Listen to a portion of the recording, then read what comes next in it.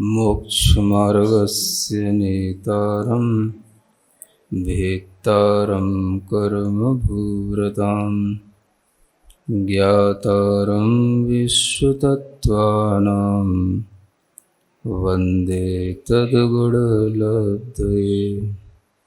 देवादिदेव आदिम तीर्थंकर श्री ऋषभनाथ भगवान की, वर्तमान शासन नायक श्री वर्धमान महावीर भगवान की, परम पूज्य आचार्य गुरुवर श्री विद्यासागर जी महाराज जी की। तत्वश्रुत ग्रंथराज में 10वें अध्याय का अंत का यह प्रकरण चल रहा है, जिसमें सिद्ध भगवानों की कुछ विशेषताओं को बताया जाना अभी शेष है। कल आप लोगों को कहा था कि भगवान ऊर्ध्वगमन ही करते हैं और उसके विषय में कुछ हेतु दिए गए थे और कुछ उदाहरण भी दिए गए थे। जब भगवान ऊर्ध्वगमन करते हैं तो वह ऊपर लोक के अग्रभाग पर जाकर के ही क्यों रुक जाते हैं? इसका मुख्य कारण क्या है? क्योंकि जो अनंत शक्तिमान हो गए हैं और जिनकी गति इतनी तीव्र है कि वो समय मात्र में 7 राजू पार कर रहे हैं, तो वह अपनी तीव्र गति को वो एकदम से रोक क्यों देते हैं? अब तो उनके लिए किसी भी तरीके का कोई बाहरी निमित्त, कोई भी बाहरी कारण, कुछ बाधक होना ही नहीं चाहिए, लेकिन फिर भी वो लोक के अग्रभाग पर जाकर के रुक जाते हैं। वहाँ पर उनके रुकने का कारण क्या है, ये थोड़ा सा समझने योग्य है। क्योंकि जिन लोगों के लिए आत्मा की शक्ति ही केवल देखने में आ रही है, उन्हें इस बात को स्वीकार करने में बड़ी कठिनाई होती है कि कोई बाहरी कारण उस अनंत शक्तिमान आत्मा को रोक सकता है। और आचार्यों ने जहाँ कहीं पर भी वर्णन किया है, यही कहा है कि वह लोक के अग्रभाग पर इसलिए रुक जाते हैं क्योंकि उसके आगे उनके गमन करने के लिए जो बाहरी निमित्त होना चाहिए वो नहीं होता। तो यह बात कई लोगों के गले नहीं उतरती। इसी को समझाने के लिए यहाँ पर एक सूत्र आ रहा है, धर्मास्ति काया भावात। ये बताने के लिए है कि वह ऊर्ध्व लोक के अग्रभाग पर जाकर के ही क्यों रुके। तो यूँ नहीं कहा कि उनके अंदर इतना ही गमन करने की शक्ति थी। जो बहुत ज़्यादा उपादान शक्ति का पक्ष लेते हैं, बहुत ज़्यादा निमित्तों को गौड़ मान के चलते हैं और उपादान को ही मुख्य मान करके चलते हैं, उन लोगों को ये सूत्र कभी भी पचता नहीं है। तो उनके लिए भी यहाँ पर थोड़ा सा सोचने की आवश्यकता है कि जो एकांत रूप से अपने अंदर उपादान का ही आग्रह रखे रहते हैं, निमित्त को जो नकारते रहते हैं, उनके लिए यहाँ पर सभी आचार्यों ने समझाने के लिए एक ही उत्तर दिया है इस समस्या का, कि भगवान जब अनंत शक्ति के धारणक हो गए और वह अनंत शक्ति के साथ में अपनी गमन कर रहे हैं और गमन करते हुए वो लोक के अग्रभाग पर जाकर के रुक जाते हैं, तो वह किस कारण से रुक जाते हैं? तो आचार्य कहते हैं वहाँ पर धर्मास्ति काय का अभाव है। उससे आगे क्या है? धर्मास्ति काय। धर्मास्ति काय जानते हो? 5वें अध्याय को लौट के पढ़ना पड़ेगा। अब वो तो आप ही को सुनना है। धर्मास्ति काय का अभाव होने के कारण से वहाँ से आगे गमन नहीं हो सकता, क्योंकि जब आगे जाने के लिए कोई भी मीडियम ही नहीं है चलने के लिए, जीव और पुद्गलों की गति के लिए, तो कोई भी जीव उसको क्रॉस नहीं कर सकता। सिद्ध भगवान भी धर्मास्ति काय के अधीन हैं। ऐसा कहने में आपको क्यों पसीना आ रहा है, ये हमें समझ में नहीं आ रहा। इतना आपने सिद्ध भगवान का पक्ष ले रखा है कि आप उन्हें अगर किसी के अधीन किसी भी अपेक्षा से कहें तो आपको ऐसा लगता है कि कहीं उनकी शक्ति कुछ कम ना हो जाए। निमित्त की शक्ति ज़्यादा हो गई। देखो, निमित्त ने उपादान की शक्ति को रोक दिया, तो रोक दिया, सबकी अपनी अपनी शक्ति है। तो धर्मास्तिकायक भी एक कारण है। सिद्ध भगवान को आगे नहीं बढ़ने देने के लिए धर्मास्तिकाय कारण है, और उनको वहीं रोके रखने के लिए अधर्मास्तिकाय कारण है। इसे हमें इसी रूप में स्वीकार करना चाहिए और इस सूत्र की व्याख्या इसी रूप में करना चाहिए। यदि हम कुछ भी अन्यथा अपना मन बनाकर अपने मन से कोई भी व्याख्याएं करते हैं तो हम श्रुत का अवर्णवाद करेंगे। श्रुत में जैसा लिखा हुआ है हमें वैसा ही सोचना है, वैसा ही पढ़ना है और वैसा ही पढ़ाना है। तो भगवान भले ही अनंत शक्ति वाले हैं, लेकिन वह सिद्ध आत्माएं होते हुए भी वह उल्लंघन नहीं कर सकते जो प्राकृतिक नियम हैं या जो जीव को आगे बढ़ने के लिए निमित्त हैं। उन निमित्तों के सहारे ही वो चलेंगे। गति में भी निमित्त और स्थिति में भी निमित्त, ये उदासीन कारण बताए गए हैं, तो उनका वो उल्लंघन नहीं कर सकते, क्योंकि ऐसा करेंगे तब तो फिर बिना माध्यम के भी जीव और पुद्गलों की गति होगी, ये सिद्ध हो जाएगा। और फिर तो अलोकाकाश में ही जीवों का विचरण होने लग जाएगा। तो अलोकाकाश में जीवों का कोई भी समावेश नहीं होता, उनका गमन नहीं होता। इसलिए उन्हें भी अनंत शक्ति वाला होने पर भी लोक के अग्रभाग पर रुकना होता है। इसको हम इसी रूप में स्वीकार करें कि उनके अंदर धर्मास्तिकाय का जो निमित्त है वो उनके उस गति को वहाँ पर रोकने में कारण बन जाता है। तो इस तरह से हमें जब निमित्त की व्याख्या करने के लिए आए तो निमित्त को भी जोर देना, और जब उपादान की व्याख्या करने को आए तो उपादान पर जोर देना। अगर हम दोनों तरीके की व्याख्या शास्त्र के अनुसार समायोजित होकर के करेंगे तो आप सम्यक ज्ञानी कहलाएंगे। नहीं तो एकांत रूप से जो अपनी अपनी व्याख्याएं करते हैं वो जो है श्रुत का अवर्णवाद करते हैं और अपने किसी नए मत का वो प्रचलन करने लग जाते हैं। समझ आ रहा है? तो सिद्ध भगवान के लिए उनकी उपादान शक्ति तो बहुत है। अगर आगे भी उनके लिए धर्मास्तिकाय का निमित्त मिलता रहता तो वो 7 राजू नहीं, वो 14 राजू भी जा सकते हैं। समझ आ रहा है? निमित्त मिलना चाहिए, ये बात सभी आचार्यों के द्वारा मान्य है। इसलिए उपादान उपादान कहने वालों को कभी भी इस निमित्त को स्वीकार करने में संकोच नहीं होना चाहिए। समझ में आ रहा है? अब जिनकी बुद्धि जैसी है वो ठीक है, जो बुद्धि अपनी संभाल लें उनके लिए उपदेश होते हैं, है ना। तो ये निमित्त हैं, उपदेश भी एक क्या है? निमित्त हैं। एक निमित्त तो उदासीन होते हैं और एक प्रेरक निमित्त होते हैं। 2 प्रकार के निमित्त होते हैं। उदासीन निमित्त तो आपके लिए जबरदस्ती नहीं करेगा, लेकिन प्रेरक निमित्त आपको समझाने के लिए आपके भावों में परिवर्तन कर सकता है। तो प्रेरक निमित्त जो होते हैं वो उपदेश माने जाते हैं। गुरु आदि होते हैं वो सब क्या होते हैं? प्रेरक निमित्त होते हैं। और जो उदासीन निमित्त होते हैं वो बिल्कुल जैसे आपका ये प्रकाश है ना, या कोई भी जैसे भगवान जिनेंद्र देव की मूर्ति है, ये सब क्या है? ये सब उदासीन निमित्त हैं। ये आपको जबरदस्ती प्रेरित नहीं करेंगे। पेरने वाले तो केवल गुरु ही होते हैं। क्या करने वाले? पेरने वाले बोलते हो हैं? पेरने वाले उसी से शब्द बना है, जब प्रेरणा से ही तो पेरना बना है। जब लोग प्रा नहीं बोल पाते हैं तो प्राकृत में संस्कृत का तो प्रेरणा हो गया, और प्राकृत में उसको हम पेरना बोलेंगे। पेरना ये पेर रहे हैं, माने कि जो हमें जबरदस्ती बाई फोर्स जो है हमारे अंदर भाव पैदा करे, हमें ज्ञान दे या हमें किसी और प्रेरित करे, उसका नाम ही प्रेरणा कहलाती है ना। तो वो प्रेरक निमित्त कहलाता है। इसलिए ये प्रेरक निमित्त जो होता है उसी के माध्यम से हमारे भावों में परिवर्तन आता है।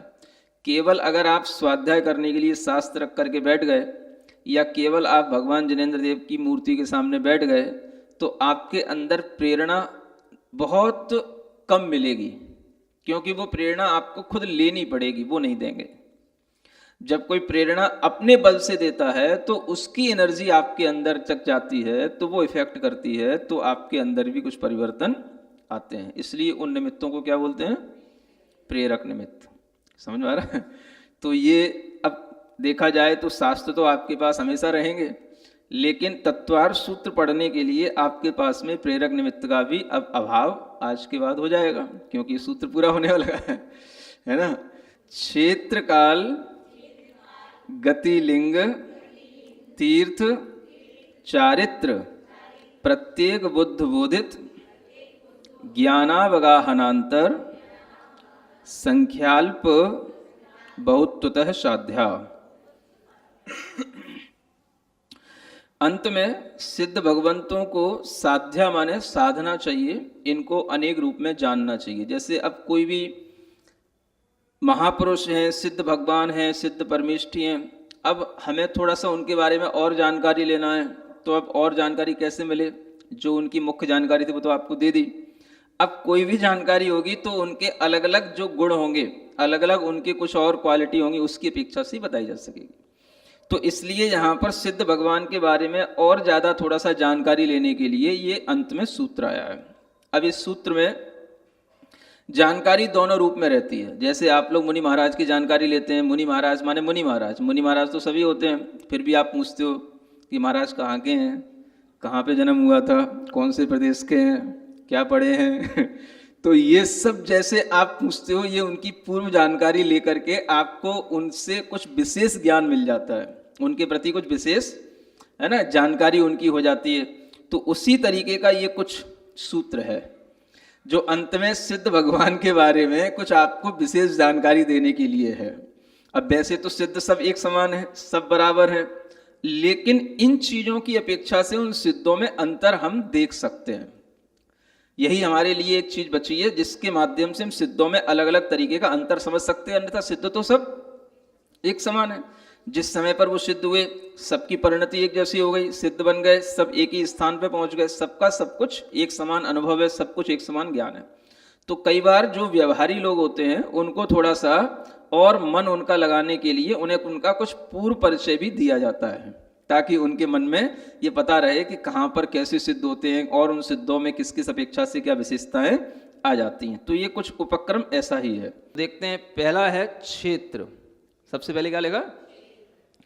क्षेत्र का मतलब होता है स्थान, है ना, कि किस क्षेत्र में सिद्ध होते हैं। यहाँ पर जो है जो अल्प बहुत्व है, इस अल्प बहुत्व को हम अलग अलग तरीके से साधित कर सकते हैं। क्षेत्र को अलग से भी ले सकते हैं और क्षेत्र का अल्प बहुत्व भी ले सकते हैं। तो क्षेत्र में कौन से क्षेत्र में सिद्ध होंगे?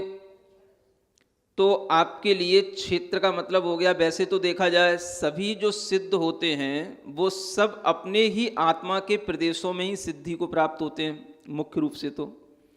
और जहाँ उनकी आत्मा के प्रदेश होंगे उस समय उसका जो स्पेस होगा, जो आकाश का क्षेत्र होगा, वो उनका क्षेत्र कहलाएगा। लेकिन फिर भी हम अलग अलग तरह से जानते हैं। हम कहते हैं ये जम्बूद्वीप क्षेत्र से सिद्ध हुए हैं, कि जम्बूद्वीप में भी सम्मेद शिखर से सिद्ध हुए हैं, कि पावापुरी से सिद्ध हुए हैं, कि मांगी तुंगी से सिद्ध हुए हैं, कहाँ से सिद्ध हुए हैं। तो ये क्या हो गया? ये क्षेत्र की अपेक्षा से उनकी अलग अलग जानकारी लेना। तो क्षेत्र कौन कौन सा हो सकता है? ये तो कल आपको बताया था, मुख्य रूप से तो 2.5 द्वीप ही क्षेत्र है ना। तो 2.5 द्वीप में द्वीप भी आते हैं, समुद्र भी आते हैं। तो द्वीपों से भी सिद्ध होते हैं और समुद्रों से भी सिद्ध होते हैं। द्वीपों से तो सिद्ध इसलिए होते हैं क्योंकि जहाँ द्वीपों में मनुष्य रहेंगे वो मनुष्य सिद्ध होंगे। लेकिन समुद्रों में सिद्ध क्यों होते हैं? तो वो इसलिए भी सिद्ध होते हैं कि कोई उपसर्ग के माध्यम से उनको समुद्रों में ले जा करके पटक देता है, तो भी वो अपने ध्यान को नहीं छोड़ते हैं और वहीं से केवल ज्ञान प्राप्त भी करके अंतर्मुहूर्त में सिद्ध हो जाते हैं। तो इस तरह से क्षेत्र सिद्ध में अगर हम देखेंगे तो सभी क्षेत्रों से सिद्ध हो जाते हैं। जो 2.5 द्वीप के अंदर जितना भी एरिया है उस सब क्षेत्र से उन सिद्धों की उपस्थिति होती है या उत्पत्ति होती है। इसके कारण से उनका क्षेत्र पूरा का पूरा कहलाता है। अगर उसमें भी हम देखना चाहें तो कुछ ऊर्ध्वलोक सिद्ध भी कहलाते हैं, कुछ अधोलोक सिद्ध भी कहलाते हैं, है ना। भले ही मध्यलोक है, लेकिन मध्यलोक में भी किसी को कोई ऊंचाई से जाकर के किसी पर्वत से पटक सकता है और गिराते हुए ही रास्ते में ही नीचे आते आते उनको केवल ज्ञान होकर के सिद्ध होना हो सकता है। इनको बोलते हैं ऊर्ध्वलोक सिद्ध। हाँ, और कोई किसी मुनि महाराज को, देव वगैरह होते हैं, अपनी विक्रिया से उन्हें नीचे तक जमीन में ले जा सकते हैं, किसी भी स्थान तक नीचे ले जा सकते हैं, किसी भी सुरंगों में, बिलों में है ना, नदियों के अंदर, तो वो सब वहाँ पर भी जाने के बाद भी वो अपना ध्यान नहीं छोड़ते, केवल ज्ञान की प्राप्ति अगर वहाँ से कर लेते हैं तो वो अधोलोक सिद्ध कहलाते हैं। तो इस तरह से क्षेत्र की अपेक्षा से अधोलोक सिद्ध भी हैं, ऊर्ध्वलोक सिद्ध भी हैं, और तिर्यक लोक में, मध्य लोक में, ढाई द्वीप में, द्वीप और समुद्रों में सभी जगह से सिद्ध होते हैं। ये तो क्या हो गया, ये उनके पूर्व पर्याय की, पूर्व की अपेक्षा से हो गया। इसको बोलते हैं भूतपूर्व नय। क्या बोलते हैं? हाँ, भूतपूर्व नय की अपेक्षा से। और जो नय वास्तव में जिस समय पर उन्हें सिद्धि हो रही है वो तो उनके अपने आत्म प्रदेशों के स्थान में हो रही है, या जो आत्म प्रदेश जिस आकाश के प्रदेश को घेर रहे हैं उन आकाश के प्रदेशों में सिद्धि हो रही है। तो प्रत्युत्पन्न नय वो कहलाता है जिसकी अपेक्षा से वो केवल अपने आत्म प्रदेशों से ही सिद्ध हो रहा है। लेकिन भूत नय की अपेक्षा से देखेंगे, भूत प्रज्ञापन नय की अपेक्षा से, तो वह इस तरह से ढाई द्वीप या अधो सिद्ध और अधोलोक सिद्ध और ऊर्ध्वलोक सिद्ध भी हो सकते हैं। ये सब हो गया सिद्धों का क्षेत्र के माध्यम से ज्ञान। समझ आया? फिर कहते हैं काल सिद्ध। काल सिद्ध का मतलब ये भी जानकारी रखना पड़ती है कि ये कौन से काल में सिद्ध हुए। यानी दो ही काल चलते हैं। अगर हम भरत और ऐरावत क्षेत्र में देखेंगे तो अवसर्पणी काल और उत्सर्पणी काल। विदेह क्षेत्र में देखेंगे तो हमेशा वह चतुर्थ काल। अगर हम 6 कालों के अनुसार देखेंगे तो जो सुषमा दुष्मा का अंत काल है, माने तृतीय काल जो अंत है, उसमें भी सिद्ध होते हैं, क्योंकि आदिनाथ भगवान तृतीय काल के अंत में ही सिद्ध हुए, जैसे सुषमा दुष्मा का अंत काल कहलाता है। या दुष्मा सुषमा काल में सिद्ध होंगे जो चतुर्थ काल कहलाएगा इस अवसर्पणी की अपेक्षा से।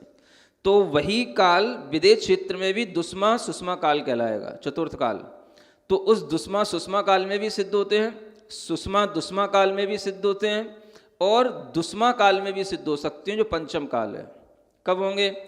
जो जीव चतुर्थ काल में उत्पन्न हुए हैं वो जीव पंचम काल में भी सिद्ध हो सकते हैं। पंचम काल में उत्पन्न हुआ जीव पंचम काल में सिद्ध नहीं होगा, लेकिन चतुर्थ काल में उत्पन्न हुआ जीव पंचम काल में सिद्ध हो सकता है।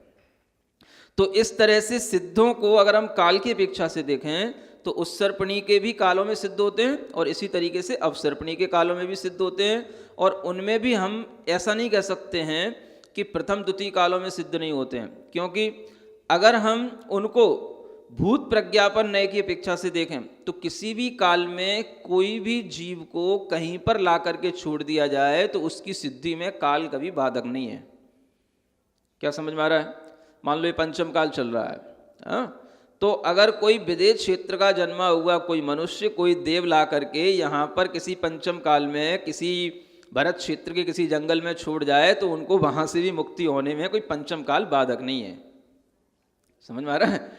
तो काल की बाधा उनके लिए है जो उस काल में जन्मे हैं या नहीं जन्मे हैं। छठवें काल में भी इस तरह से मुक्ति हो सकती है। छठवां काल उनके लिए जो छठवें काल में जन्मे हैं। जो विदेह क्षेत्र में जन्मे हैं या कहीं और दूसरे क्षेत्र में जन्मे हैं, उनको अगर कोई ला करके छठवें काल में ही पटक देता है तो वो यहाँ से भी सिद्ध हो सकते हैं। तो इस तरह से हर काल में सिद्ध होते हैं, लेकिन मुख्य रूप से तृतीय काल का अंत अवसर्पणी की अपेक्षा से चतुर्थ काल और पंचम काल में भी सिद्ध होते हैं। ये तो हो गया भूत, थोड़ा सा हम पीछे देखते हैं तब। लेकिन वास्तव में देखा जाए तो हर जीव जो होता है वो केवल अपने स्व समय में ही सिद्ध होता है, एक समय में ही सिद्ध होता है। यानी जिस समय पर उसके अंदर अयोग केवली गुणस्थान के माध्यम से वह 85 प्रकृतियों का अभाव कर लिया, उसी समय पर वह सिद्ध हो गया। ये उसका सिद्धि होने का प्रत्युत्पन्न नय की अपेक्षा से काल कहलाएगा। तो हर सिद्ध का काल अपना एक समय ही होता है, एक समय में ही सब सिद्ध हो गए। ये तो हम पीछे की बातें देख रहे हैं कि वो कौन से काल में था, क्या था, ये तो पीछे की बात देखना, ये भूत प्रज्ञापन्न है। और बिल्कुल उसी समय पर जिस समय पर वो जीव स्थित है जैसा है उसको देखना, तो वो प्रत्युत्पन्न नय कहलाता है। ऐसे दो नयों के माध्यम से हम सिद्धों के बीच में थोड़ा सा अंतर जान सकते हैं, और वो अंतर भी केवल अपनी ज्ञान वृद्धि के लिए है। वास्तव में तो सिद्ध होने के बाद तो कोई अंतर नहीं होता है ना? जो आप पढ़ते रहते हो ना, तब सिद्धे न सिद्धे संयम सिद्धे चरित सिद्धे अणाणम्मी दंसणम्मी सिद्धे शीर्षा नमनसामी। तो अब ये सिद्ध जो हैं, चाहे तप से सिद्ध हों, चाहे नय से सिद्ध हों, चाहे दर्शन से सिद्ध हों, चाहे चारित्र से सिद्ध हों, चाहे संयम से सिद्ध हों, लेकिन सब रहते तो ज्ञान और दर्शन में ही है। णाणम्मी दंसणम्मी है। यानी जितने भी सिद्ध हैं अपने ज्ञान दर्शन स्वभाव में ही स्थिर होते हैं, लेकिन हम उन्हें बाहरी अपेक्षा से, किसी के जीवन में पिछले जीवन में किसी के तप की मुख्यता रही तो हम तप सिद्ध कह देते हैं, किसी को नए के ज्ञान की मुख्यता रही तो हम नए सिद्ध कह देते हैं, चारित्र पालन की मुख्यता रही तो हम चारित्र सिद्ध कह देते हैं।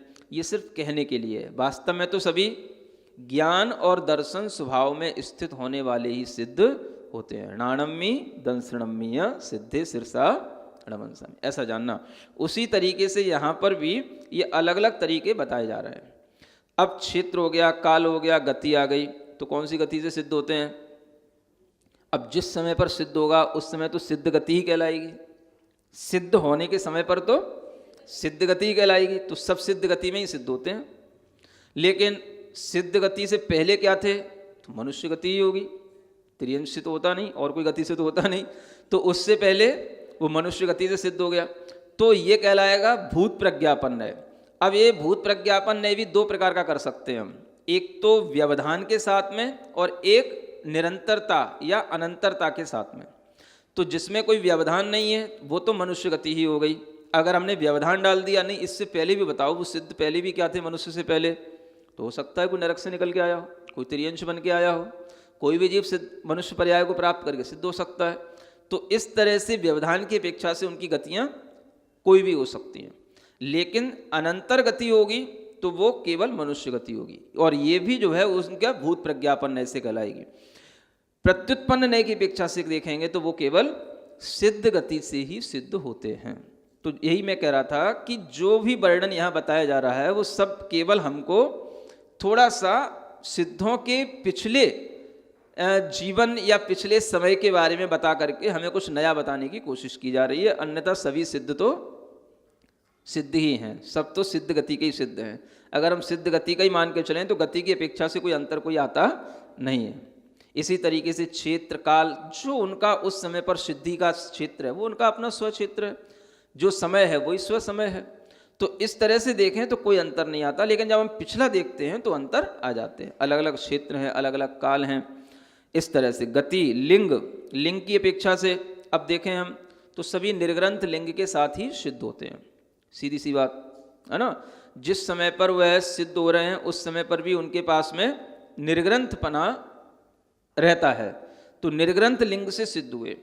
अब अगर हम लिंग उस रूप में देखें, स्त्री वेद, पुरुष वेद, नपुंसक वेद, तो वो भी दो प्रकार का, एक द्रव्य वेद एक भाव वेद। तो द्रव्य की अपेक्षा से तो सभी पुरुष ही होते हैं। अब भाव की अपेक्षा से देखना है तो स्त्री वेदी भी हो सकता है, पुरुष वेदी भी हो सकता है, नपुंसक वेदी भी हो सकता है। लेकिन द्रव्य की अपेक्षा से, शरीर की अपेक्षा से, बाहरी नाम कर्म की रचना की अपेक्षा से सभी पुरुष वेदी होंगे। तो इस तरह से हम देखेंगे तो लिंग में अंतर इस भाव में आ जाएगा, कितने नपुंसक वेद से सिद्ध हुए। अब नपुंसक वेद से सिद्ध होने में तो बहुत टाइम लग गया, क्योंकि नपुंसक वेद या स्त्री वेद या पुरुष वेद कोई भी होगा उसका 6 तो 9वें गुण स्थान में ही हो गया, और सिद्ध हो रहे हैं 14वें गुण स्थान में। तो अगर हम उस अपेक्षा से देखें तो वहां पर तो वेद रहित हैं, सभी वेद रहित होकर के सिद्ध होते हैं, लिंग रहित होकर के सिद्ध होते हैं। लेकिन अब हम पूर्व की अपेक्षा से देखेंगे तो ये कहने में आएगा कि कोई भाव से पुरुष वेदी थे, स्त्री वेदी थे या अन्य वेदी थे। तो ये पिछली अपेक्षा से है। इसलिए जो भी सिद्ध हैं वो वास्तव में तो अपने प्रत्युत्पन्न नय की अपेक्षा से देखें तो वो तो वेद से रहित हैं, क्योंकि सभी वेद से रहित होकर के सिद्ध होते हैं, और वेद से रहित पना सब जीवों का 9वें गुण स्थान में हो ही जाता है, सबका ही हो जाता है। तो अंत समय में तो सबका वेद से रहित पना ही है, इसलिए सभी लिंग से रहित होकर के सिद्ध होते हैं। तो ये भी सिद्धि होती है। तीर्थ सिद्ध कहलाते हैं। तीर्थ का मतलब कौन से भगवान के तीर्थ में सिद्ध हुए, हम ऐसा भी सोच सकते हैं, अंतर डाल सकते हैं, है ना। वैसे तो सभी तीर्थंकरों के ही तीर्थ में सिद्ध होते हैं, लेकिन ऐसा भी हो सकता है कि कुछ तीर्थंकर स्वयं तीर्थंकर जो बन करके सिद्ध हो रहे हैं और कुछ तीर्थंकरों के तीर्थ में सिद्ध हो रहे हैं। एक ये भी अंतर आ सकता है। और दूसरा अंतर ये भी आ सकता है कि तीर्थ का मतलब कौन से तीर्थंकर के तीर्थ में, पहले तीर्थंकर के कि 22वें तीर्थंकर के कि 24वें कि 10वें, ये भी एक अंतर डाल सकते हैं। जैसे हम कहते हैं राम भगवान कौन से तीर्थंकर के तीर्थ में सिद्ध हुए, तो मुनि सुब्रतनाथ तीर्थंकर के तीर्थ में सिद्ध हुए। तो इस तरह से ये तीर्थ भी अलग अलग हम जान सकते हैं। इसके माध्यम से भी हमें सिद्धों के प्रति थोड़ा सा हो सकता है कुछ अंतर पड़ जाता हो आदर भाव में, है आदर भाव में अंतर पड़ जाता है। कई लोगों के लिए ऐसा ही पड़ सकता है।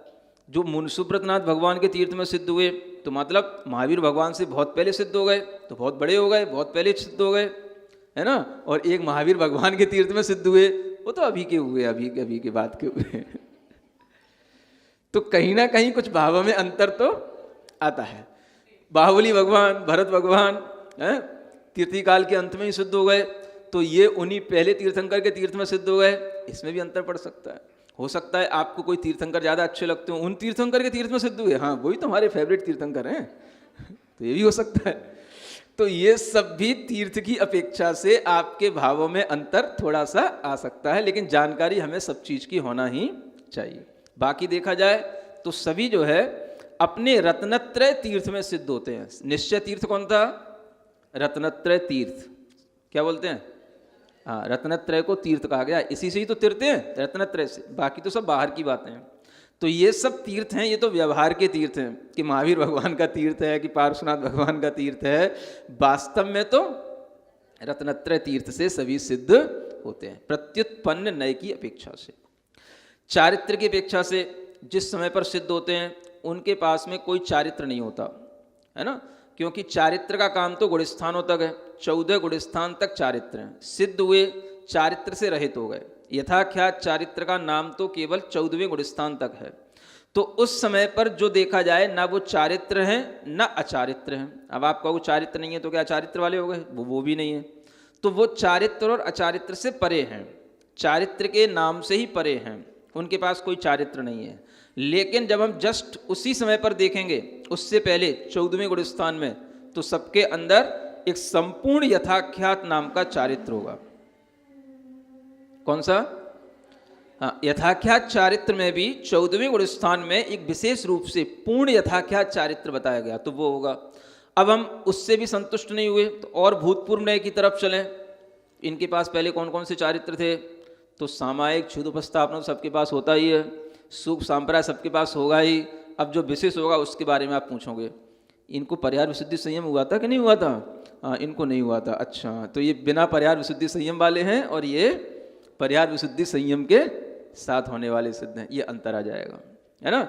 ऐसे भी हम सिद्धों के ज्ञान में ही, सिद्धों में ही उनकी पूर्व पर्याय को देखते हुए ये सब चीज़ों के माध्यम से अंतर तो कहीं ना कहीं डाल सकते हैं। ऐसा करके चारित्र से सिद्ध हो गए। ऐसे प्रत्येक बुद्ध और बोधित बुद्ध, ये दो चीजें यहां दी गई हैं, है ना।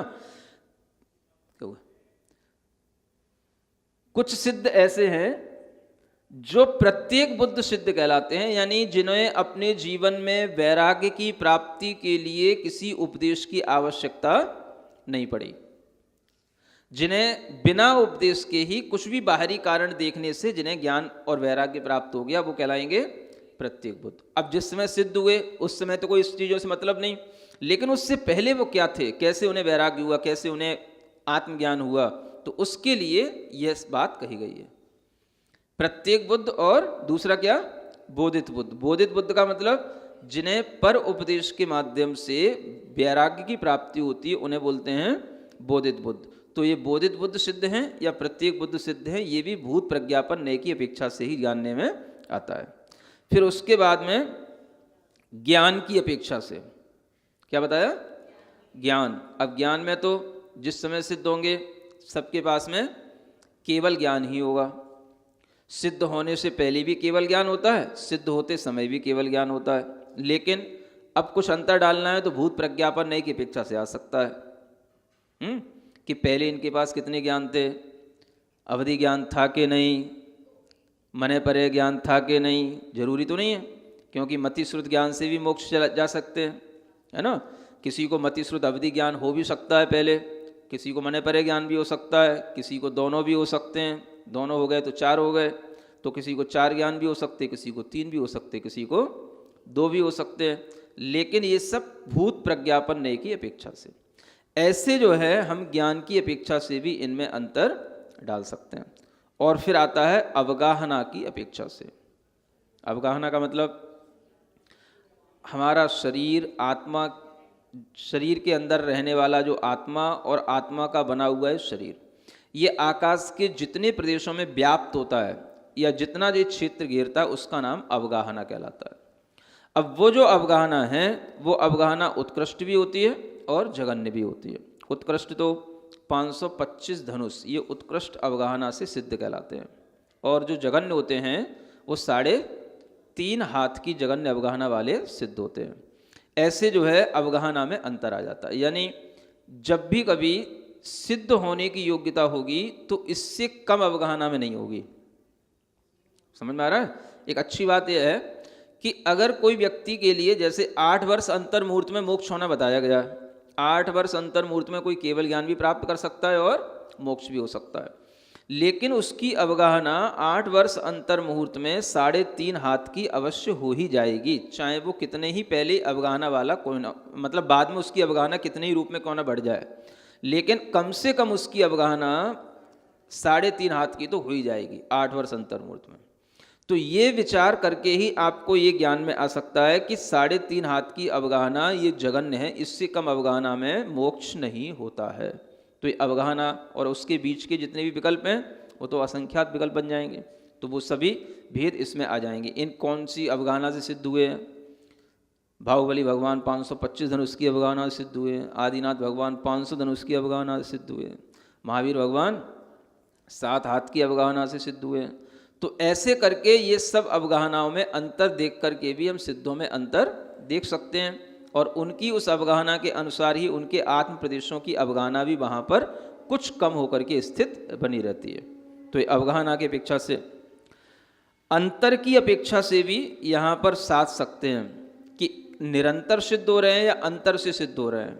अंतर से सिद्ध होने का मतलब है कि अगर किसी के लिए अंतर पड़ता है तो कोई जैसे कोई सिद्ध हुए एक समय में, अगले ही समय में दूसरा सिद्ध हो गया, तो एक सिद्ध के बाद में दूसरा सिद्ध भी हो सकता है, या एक समय का जघन्य अंतर लेकर के भी सिद्ध हो सकता है। जो सिद्ध हुए उनमें एक समय बाद दूसरा सिद्ध हो गए, तो जघन्य अंतर अगर पड़ेगा तो एक समय पड़ता है, और उत्कृष्ट अंतर यदि पड़ता है तो 6 महीने का पड़ता है। यानी 6 महीने के अंतराल के बाद में नियम से सिद्ध होते हैं, 6 महीने से ज़्यादा सिद्ध बनने का अंतर नहीं पड़ता है ना।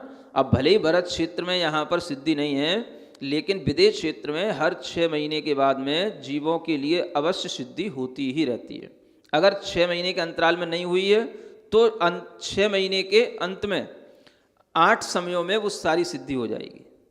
तो 6 महीने के अंतराल का यह उत्कृष्ट काल कहा गया है। अन्यथा वो अंतराल अगर नहीं बनेगा तो कभी कभी कोई ना कोई ऐसे सिद्ध होते रहेंगे, तो उनके लिए 6 महीने का भी फिर उत्कृष्ट अंतर डालने की जरूरत नहीं पड़ती है।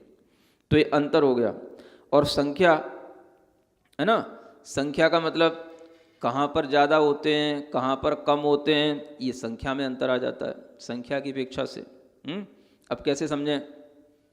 यानी कि मान लो कि चलो कि जैसे 2.5 द्वीप हैं, है ना, तो 2.5 द्वीप में सबसे कम जो सिद्ध होने वाला स्थान है वो है लवण समुद्र।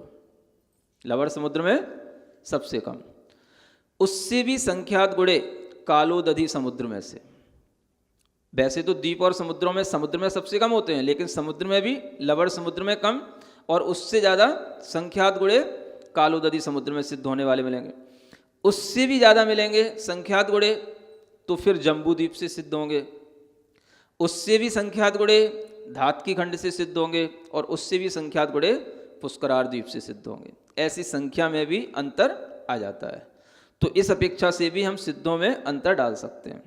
और अल्प बहुत्व का मतलब यह है कि अब इन्हीं में हम ये देख लें कहाँ पर कम और कहाँ पर ज़्यादा। तो अल्प बहुत्व किसी अपेक्षा से भी घटित किया जा सकता है।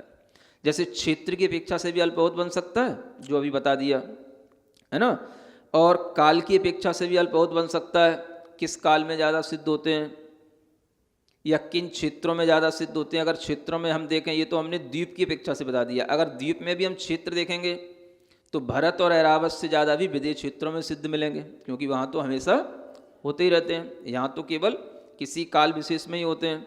तो ये क्षेत्र सिद्धि हो जाती है। इसी तरीके से काल की अपेक्षा से देखेंगे तो काल में भी कौन से काल में ज़्यादा सिद्ध होंगे, तो तृतीय काल का जो अंत बताया था उसमें इतने सिद्ध नहीं होंगे, चतुर्थ काल में जो है सबसे ज़्यादा सिद्ध मिलेंगे, पंचम काल में भी इतने सिद्ध नहीं होंगे। तो ये दुखमा सुखमा नाम का जो काल है इसमें सबसे ज़्यादा सिद्ध होते हैं, अन्य कालों में उससे कम होंगे। तो इस तरह से हम अनेक अपेक्षाओं से ये अल्प बहुत माने किसमें कम किसमें ज़्यादा, ऐसा हम ये घटित कर सकते हैं। और इसी के माध्यम से ये पूरा का पूरा हमें सिद्ध भगवान का सभी कुछ देखने में आ जाता है। इन अपेक्षाओं से हमें सिद्ध भगवान को भी साध लेना चाहिए। साध्या माने साध लेना चाहिए। ये कितनी अपेक्षाएं, लगभग शायद 12 अपेक्षाएं होंगी ये, है ना। ये 12 चीज़ें हैं। इन 12 अपेक्षाओं से भी हमें सिद्ध भगवान के बारे में विशेष विशेष ज्ञान ले लेना चाहिए। इस तरह से ये पूरा का पूरा 10वें अध्याय का भी यहाँ पर पूर्णतया समापन हो जाता है। सिद्ध भगवान के बारे में भी इससे ज़्यादा ज्ञान अब आपको और दिया नहीं जा सकता। और इस तरह से तत्वार सूत्र में जो अंतिम मोक्ष तत्व था उस मोक्ष तत्व का भी ज्ञान परिपूर्ण हो गया। यहाँ पर ये तत्वार सूत्र जो है पूर्ण हो जाता है। बोलो महावीर भगवान की।